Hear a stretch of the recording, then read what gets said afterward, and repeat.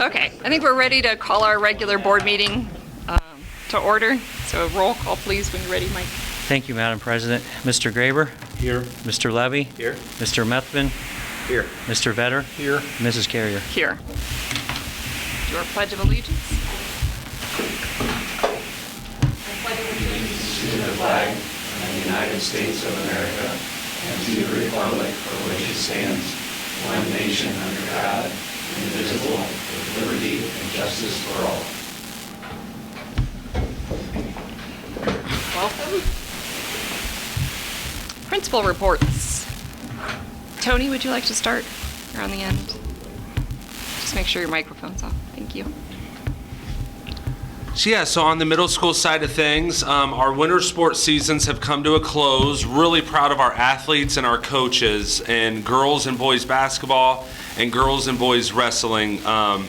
It's just really neat, especially at the middle school level. You know, it's all about growth and participation, and it was really neat to see all of our teams from the beginning of the year. I felt the same way in the fall, and then towards the end of the year, just to see the growth and the teamwork and the togetherness and all those things that we preach here at Hicksville in our sports teams. So that was great to see. And I want to say a special congratulations to our 7th grade girls basketball team. They won the GMC championship this year.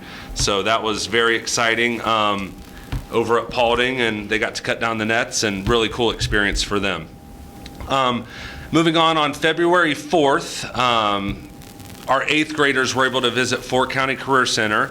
They toured the facility. Each student got to explore 3 programs that aligned with their interest. Fort County had a rep come in early January and kind of go over the different programs and different things like that with our 8th graders, and then our 8th graders were able to choose 3 that they wanted to tour on February 4th, so they were able to do that. And upon returning to Hicksville, students got some pizza out in our ag program, provided by our ag program, and then after lunch, Mr. Farrell was able to share some information about opportunities that are available through our agricultural education program here at Hicksville. So that was a great day for them. 8th grade seems a little early, but you know, junior year rolls around before kiddos are ready, so it's good to get them thinking and preparing and going home and talking to their parents about what their future might hold. So that was really neat for our 8th graders, and Mr. Farrell did a great job here. It was neat hearing him talk about the different opportunities that we're going to have here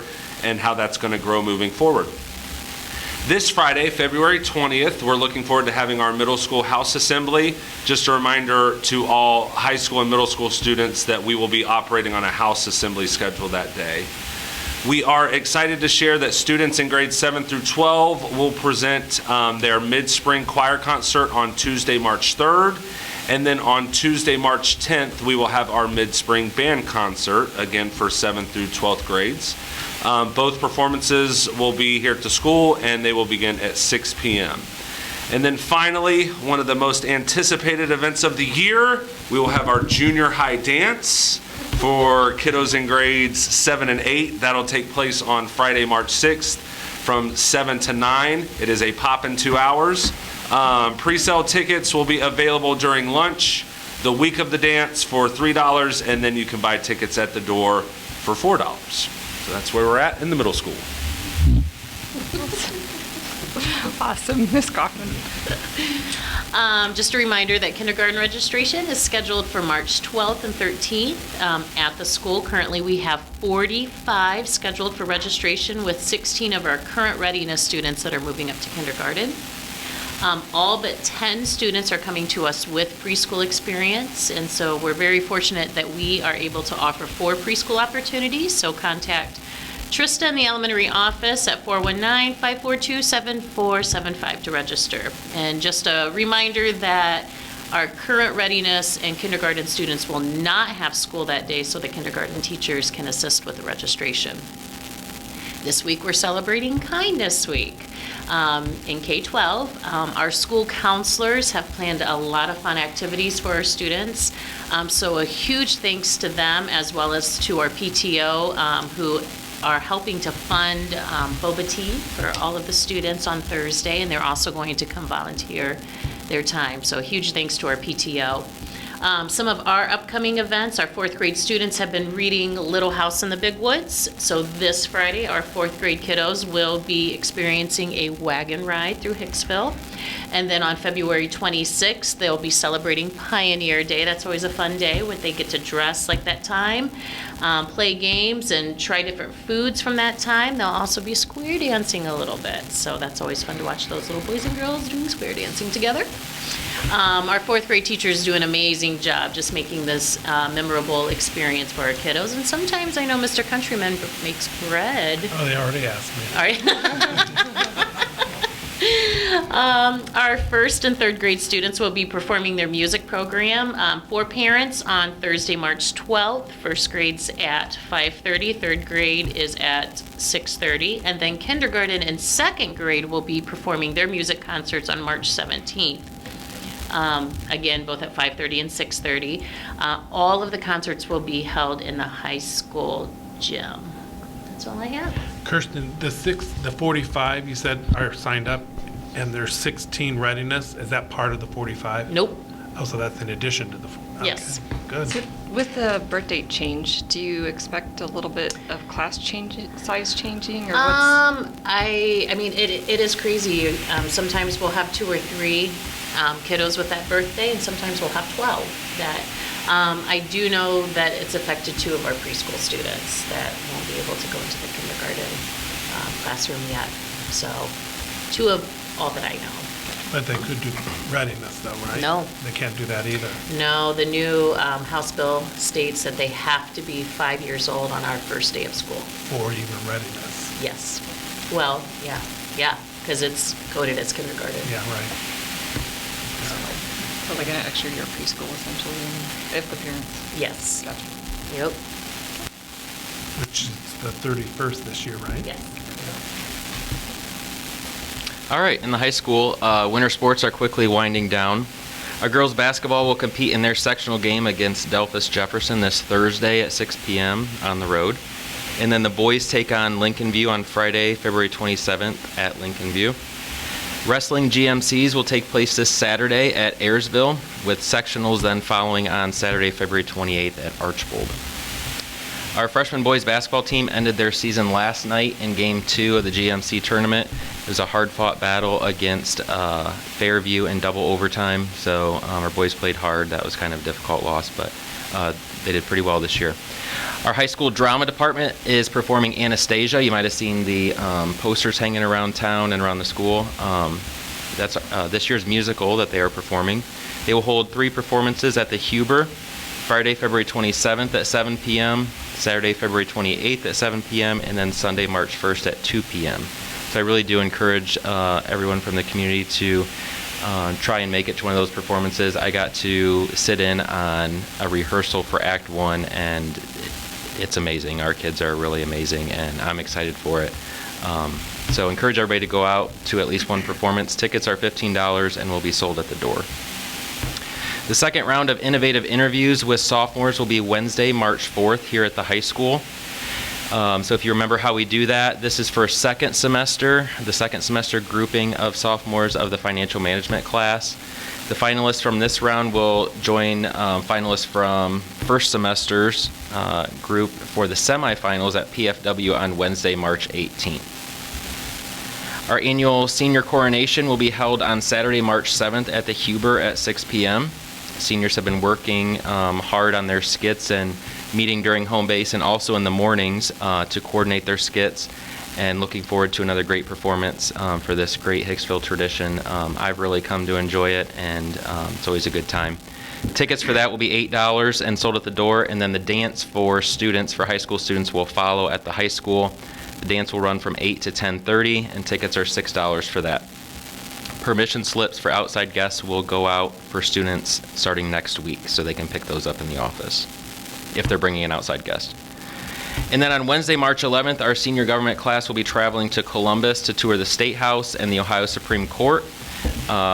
They will, then the following week, the seniors will be traveling to Virginia Beach for their senior trip, and they will be gone March 18th to the 20th on that trip.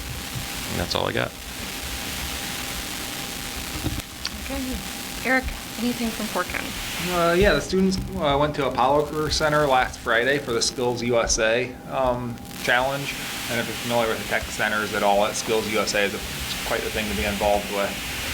So I'll learn, actually the next Fort County meeting is this coming Thursday at 5:30. So I'll learn the results there and see how we did. But good luck to all those students who competed, and yeah, that's all I've got. Mr. Countryman? Yep, met with our Neola representative last week, and we had Aaron join us because it's the last update of the year, and it actually was also John Kaler's last time that he'll be here as well. So, but Aaron knows the person taking John's place, so should be a good transition there. So I'll have some policies to forward to you guys. I'll give you the directions on how to do that like always, and then we can approve those in March. And then Aaron and I also met with the interior design person and Mr. Farrell for the building project, just to talk about some furnishings and stuff that we felt were appropriate for that addition. And they're still working on fine-tuning all of that, so we still don't have a closer number, but they're making great progress and moving right along quickly now. And then along with that, Aaron and I have a meeting set up with them to meet with at Carroll High School to tour their media, their sound studio. And the person that's going to be there to talk to us about it is the person who installed theirs, because, you know, we have all that equipment and stuff that we already purchased, but there's that with moving it out to the new place, we want to make sure that the ceilings are at the right height to maximize the use of the equipment and stuff that we have. So that's one of the reasons why we want to go and make sure that we design that room to get the most out of the equipment that we have. I think would be a good way to put that. So, and that is all I have.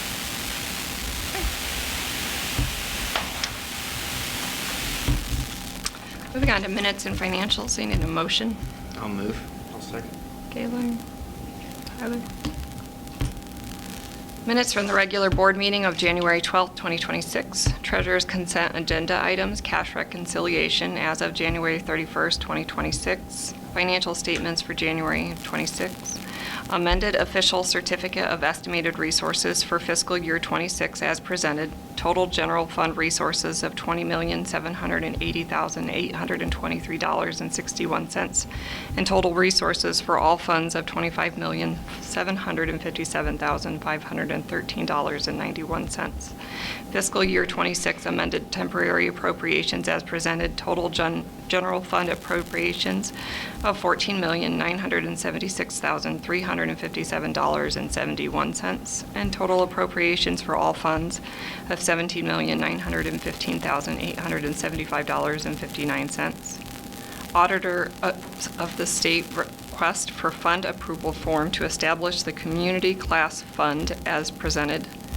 Resolution 2602, resolution accepting the amount and rates as determined by the Budget Commission and authorizing the necessary tax levies and certifying them to the county auditor. Approved financial forecast beginning with fiscal year 26 as presented, cash balance as of June 30th, 2030, or line 7.020 of $5,308,236. And accepting the following donations, $100 from Brian Wonderly for the girls' basketball fund. Mike? Yes.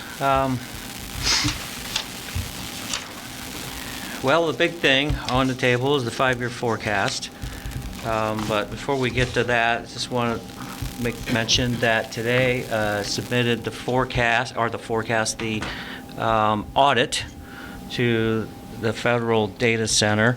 So our audit for the 2025 fiscal year has been completed.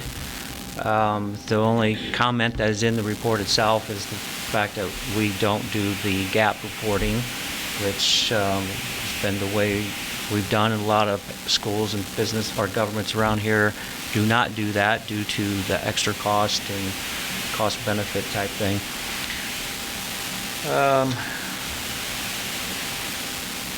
So the new fund, Aubrey Giddings and Mr. Terry came to me about wanting to provide some extra services in the community class. And so that is a fund that we have to run by the Auditor State's office to get their approval. So they will need that resolution or that board passage, and I'll move it on to them, and we'll see what the Auditor State comes back with on that request. On to the forecast. This thing never gets any easier. There's been a lot of legislative things that have happened over the last number of months, and most of it has to do with taxes and the numerous changes. Been like 5 different tax laws that have come about. Some of them do that we don't have any additional extra levies. So it doesn't affect us on all of them, but some do. Primarily, House Bill 186 was a new legislation that eliminates our growth in our property tax revenue. So from the good stand, I guess, from our community standpoint, they'll see their taxes will be dependent on if the inflation rate of valuation goes up faster than the national inflation, it'll be capped. Problem with that is, sounds good there on the surface, but when the state's cutting back our revenue, and we can see that more of that coming up, and then when we get capped at that revenue, what's going to do is going to put a lot of school districts more on the ballot again and again and again. And what is happening is the financial pressure on school districts is moving from state to the local entities. The state is creating a situation where our local taxpayers have to pay more and more and more for the education. The state is paying less and less and less. For example, a number of years back, the state was paying about 45% or so of education in the state of Ohio to public education, and this year that number is going to be around 33 or 34%.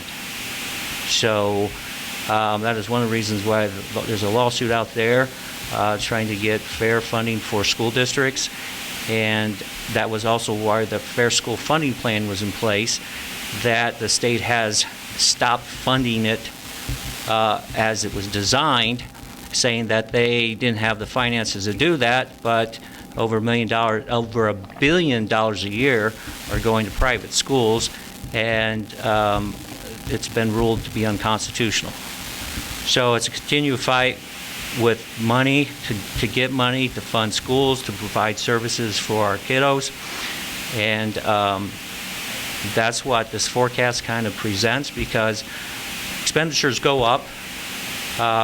We see that in every aspect of life for the most part. You can make cuts and do certain things, and we always are trying to do that, but salaries and benefits make up 80% of our expenditures, and unless we're cutting programs and cutting staffs and making classrooms bigger, there's only so much you can do as far as cutting back on staff.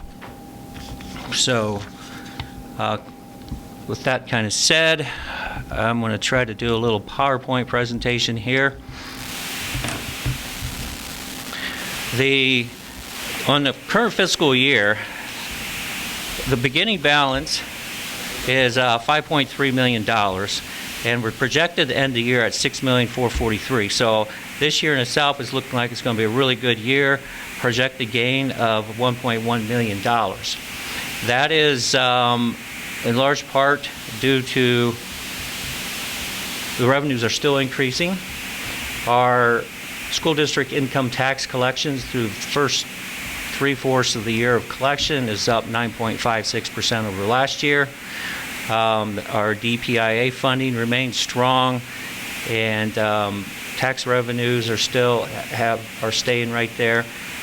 And the state had some increase due to the complete phase-in of the Fair School Funding Plan.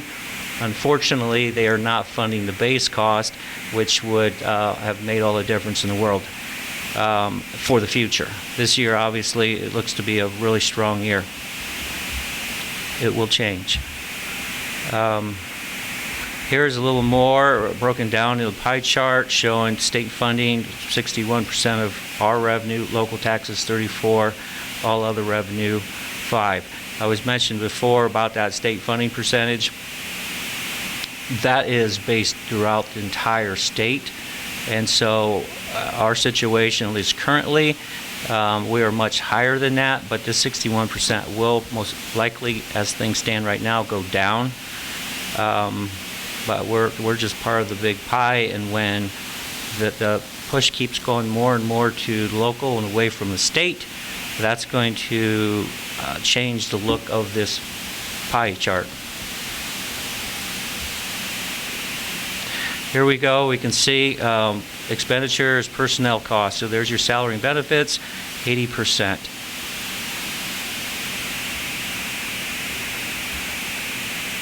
This one, these dollar amounts are a little bit off, but projected revenues and expenditures and projected cash balance. One thing I'd like to point out here is a projected cash balance. So last year, 2025, sitting about right here. We have nice increases in 26, 27, topped off a little bit in 28, but then you see that it's going down. And a lot of that's going down is has a result with tax valuations. So it's projected 2026 is appraisal year, tax year 2026 is a reval year for Defiance County. And the way that things have been going throughout the state, that number is expected to probably be between a 15 and 20% increase. Well, our valuation will go up. The state's formula says, okay, valuation goes up, the district becomes richer, and therefore the state doesn't need to fund us as well. But our valuation going up at nearly 20%, and if we're capped at 3% growth, let's say on inflation, we're going to go backwards on our state funding. So our local tax revenue is going to be minimized, but the state will actually be funding us backwards. And you can see that partially in this projected cash balance going from up here as a high in 28 to this point in 2030, which on the good thing is it pretty much puts us here where we were back in 2025. So you go 5 years and we project to be in about the same position.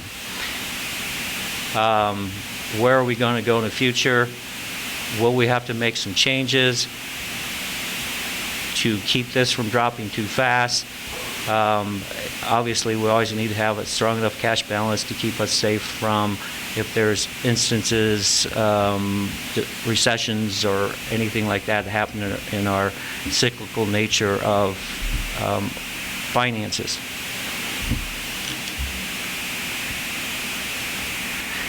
And here's an average annual change in key revenue and expenditures assumptions. Annual change in revenue, historical, so you've seen some really nice growth. A lot of that has to do with what's called DPIA, Disadvantaged Pupil Impact Aid, a restricted funding that went up last year about $560,000. But you look forward, it's looking like less than 1% increase in revenue.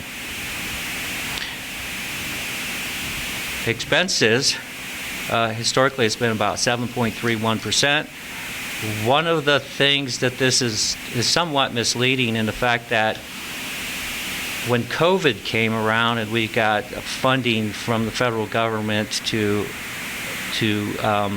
the COVID, some of our expenditures moved away from the general fund. They were taken care of by the COVID funding. Well, the COVID funding runs out. Those expenditures fall back into the general fund and kind of show this going up 7.3%. But either way, going forward, it's showing a 3.21% increase over the forecasted period. Here's a good example bar chart of the days cash on hand. Historically, 22 through 25, 120 to 131 days. So about 4 months worth. 4 months worth isn't bad, but it's definitely not great. It's It's, I think staying around this amount can be doable. But with that said, we do see with those next few years, nice increases in our daily cash balance. But then at the tail end, when the revenues are going to start falling off, state funding especially, our daily cash balance is going down. And so if it goes down to where it's projected, it will actually be at a low for basically at least near a decade, if not longer.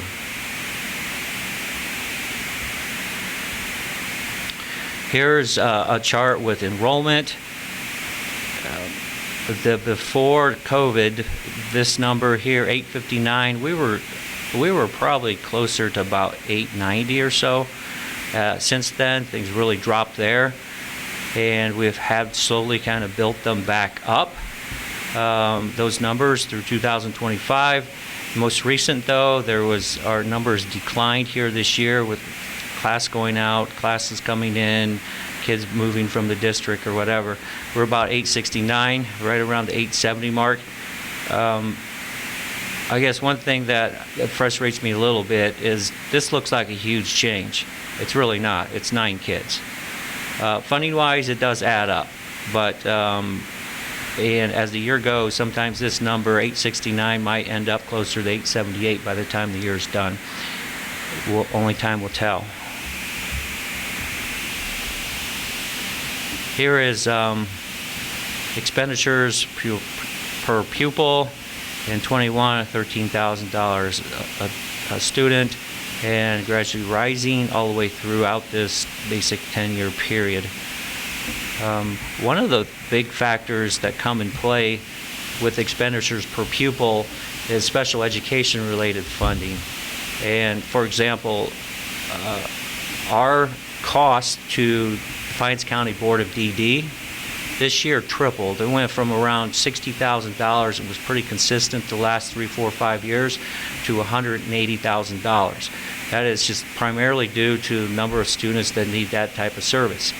And so when that number can change in a heartbeat based on bursts and kids moving in or going out or those type of things, that's a huge cost that can change. It's hard to plan for that when this year we had like three new students go into that program at over $45,000 per kid. And that, in fact, therefore really does impact this increase throughout here when you got charges like that go on. Daily cost to educate a student and resident share. Daily cost per pupil, $95 a day. So, anyways, that's the cost we have on average to have a student in the building, about $10 a little over $10 an hour. And just another comparison to a prior forecasted period. And so that is kind of what I wanted to cover here with this. Not that.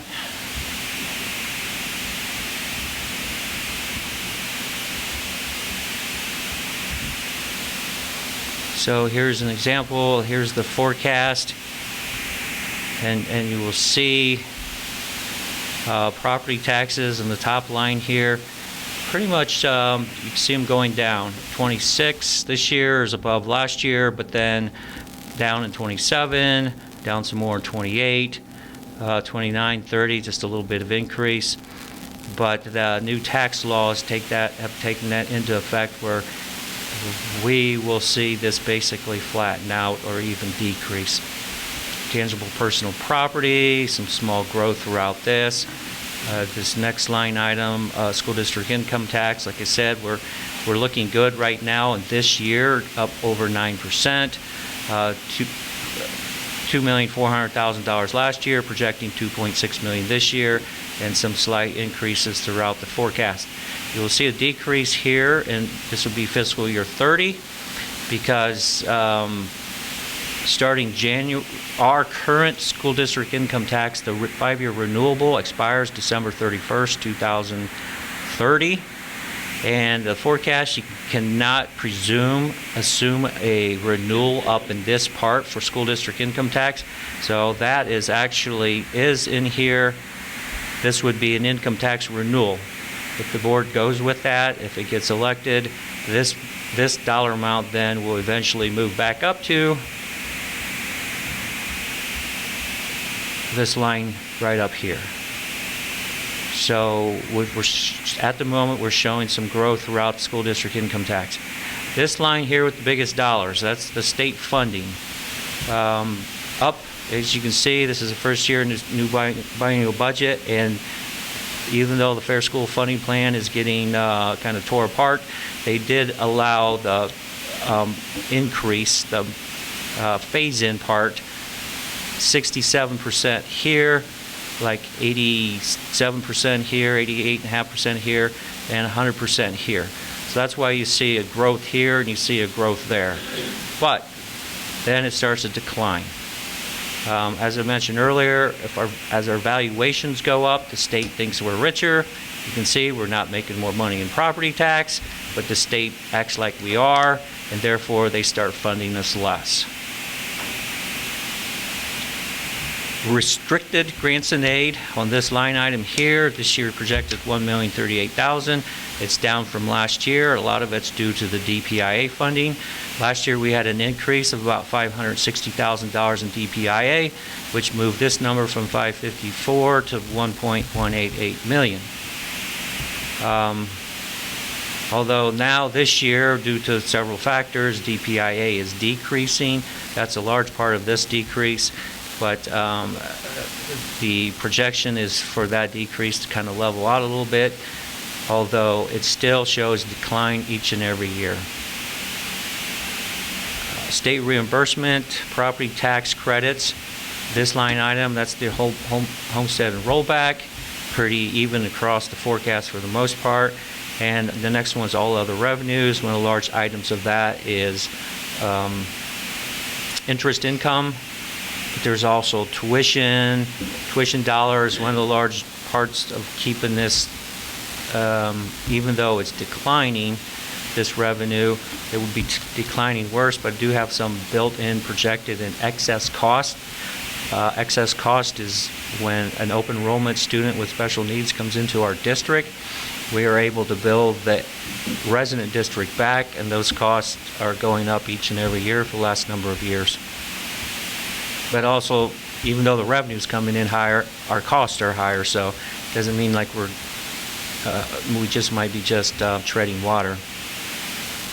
This operating transfer here, $75,000, is just the money that we move for the bus fund. It goes from the general fund to another account in the general fund. And here are the total revenues and other financing sources projected. You can see 15.9 million increases, and 28 starts to go down, goes down more, and it goes down even some more here.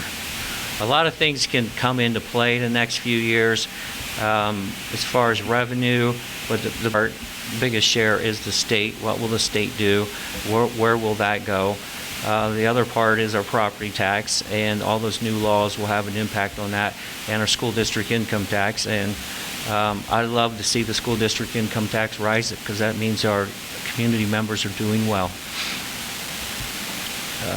Expenditure side, the big line item again, payroll. We've got payroll across here.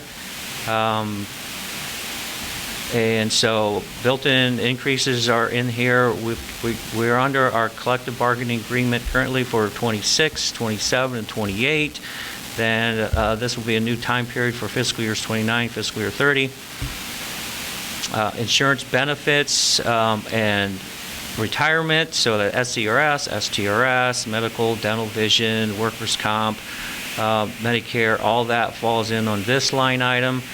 A lot of it increases in relation to what's increasing personal services, purchase services, even though, again, we've had a decrease coming from our purchase services with Northwest Ohio ESC the last couple of years.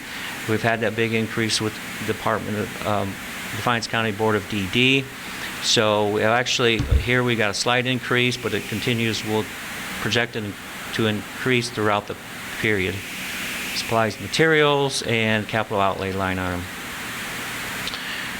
These lines right here, these two lines, that is paying off the debt for the athletic academic complex, the field house. Right here will be the last payment on that, so that will go off the books in fiscal year 30. The last payment then would be basically due December 1st of 2029. And this other objects is auditor fees and county auditor fees and state auditor fees and an assortment of smaller items. The operating transfer out, $75,000 a year for busing, and the difference of it is primarily just due to reimbursing the lunchroom account. As long as we're on CEP, the lunchroom does take quite a hit each year. And as long as we're on CEP and DPIA is greater than our losses in the lunchroom, I plan on hopefully staying on the DPIA, but that could all change. If all of a sudden it costs us more to keep our lunchroom in the black, then we're getting in DPIA, we'll have to get out of that program. And I know that would not necessarily be a popular one with our community, because I'm sure they love the idea of being able to send their kids to school without all that extra lunch money. But so I'm hoping that lasts as long as it can, possibly can last. So bottom line here is line 7.02 is the cash balance, and finishing the forecasted period at $5,308,236. Anybody have any questions? I know it's quite a bit windy there, but.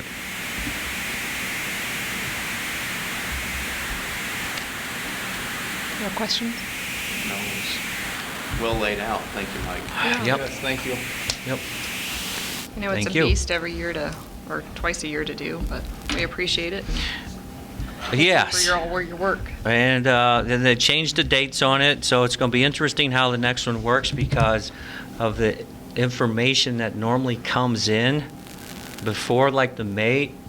Well, we won't have that. So, anyways, it'll be interesting how we roll out August. My people that I work with this, the vendor, they're talking about actually starting the fall's 5-year forecast, 3-year now, what the state calls it, even here maybe before school even ends. Not that I'll present it to you at that time, but if there's some major changes, we can and we might do that then. Okay. If there's no other questions, we're ready for roll call. Okay. Well, let me get back to there.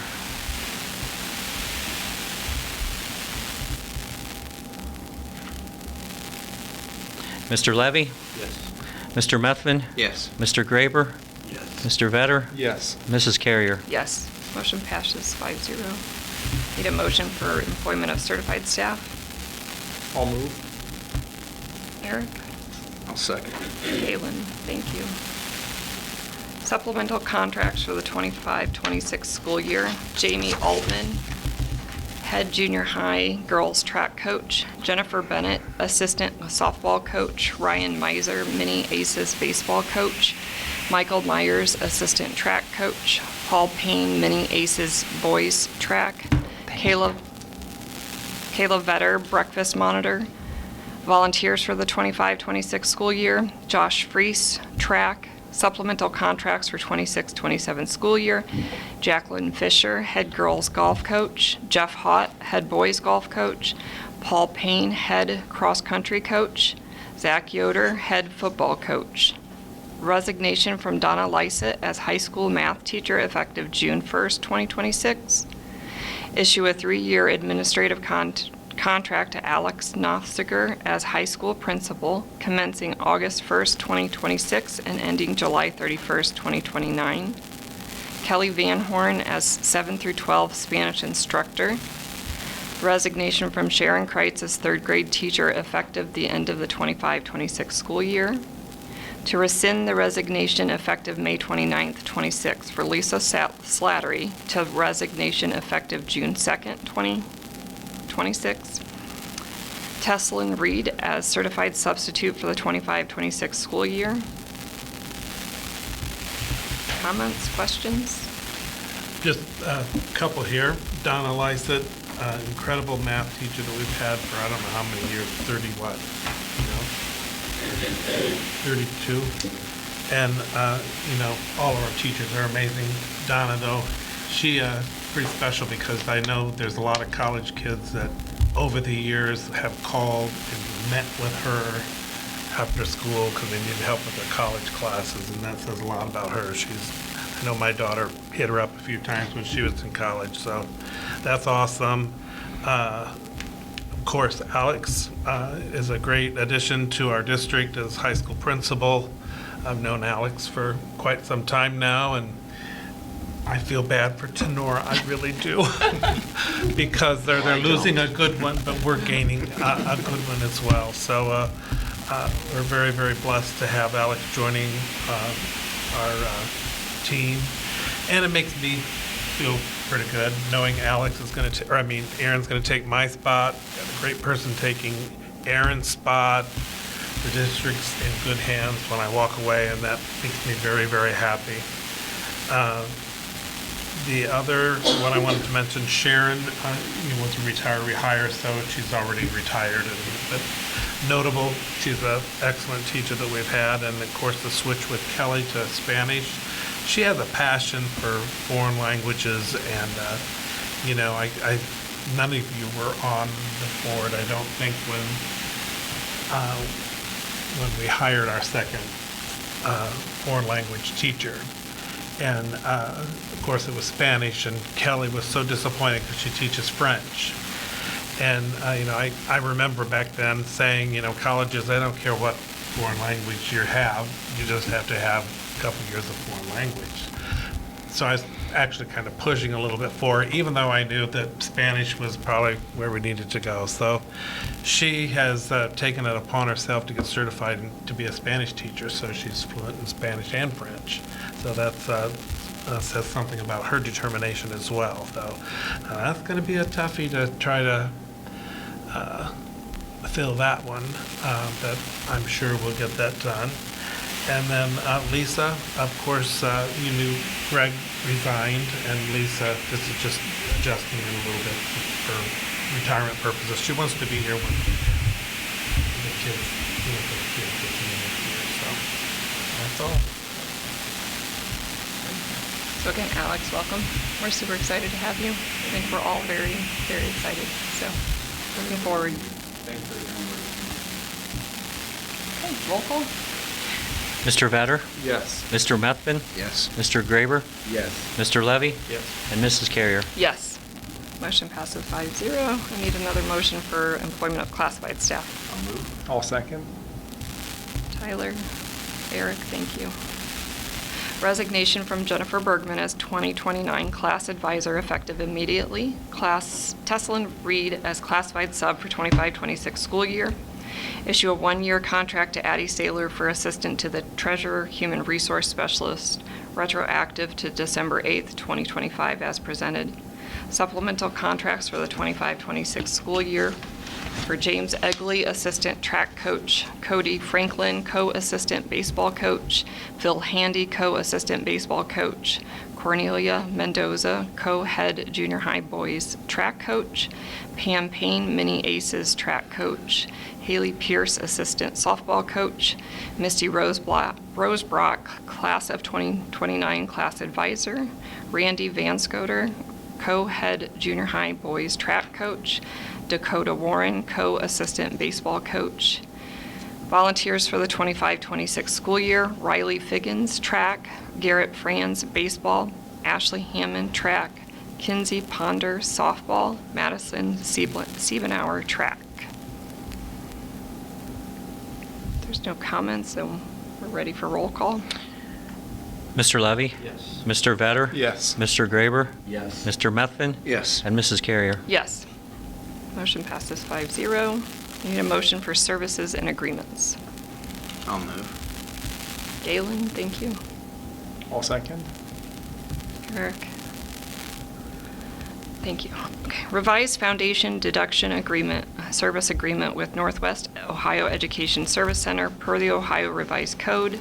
This agreement covers the period of July 1st, 2025 through June 30th, 2026. The total projected cost is being reduced from $739,402.26 to $5,010,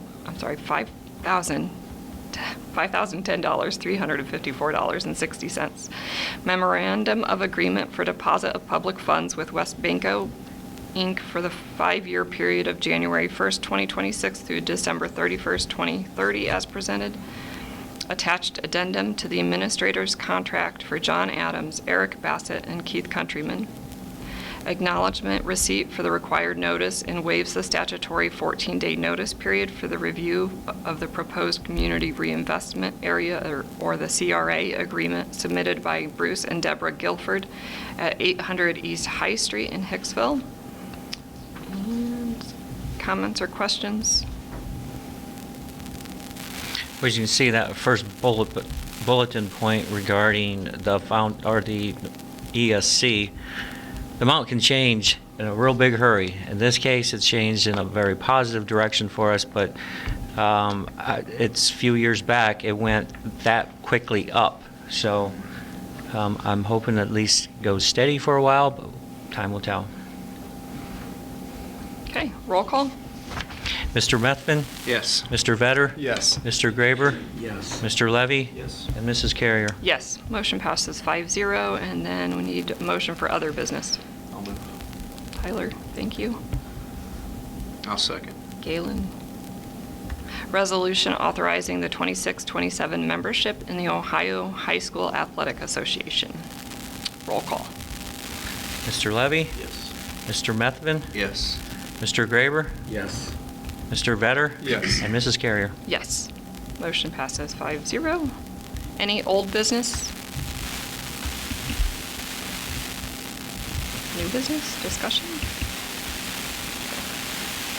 No unannounced guest. So we are going to be going into executive session. I'll need a motion for that. We are going in for one, to consider appointment, employment, dismissal, etc. regarding personnel, and to discuss the purchase of property or sale of property.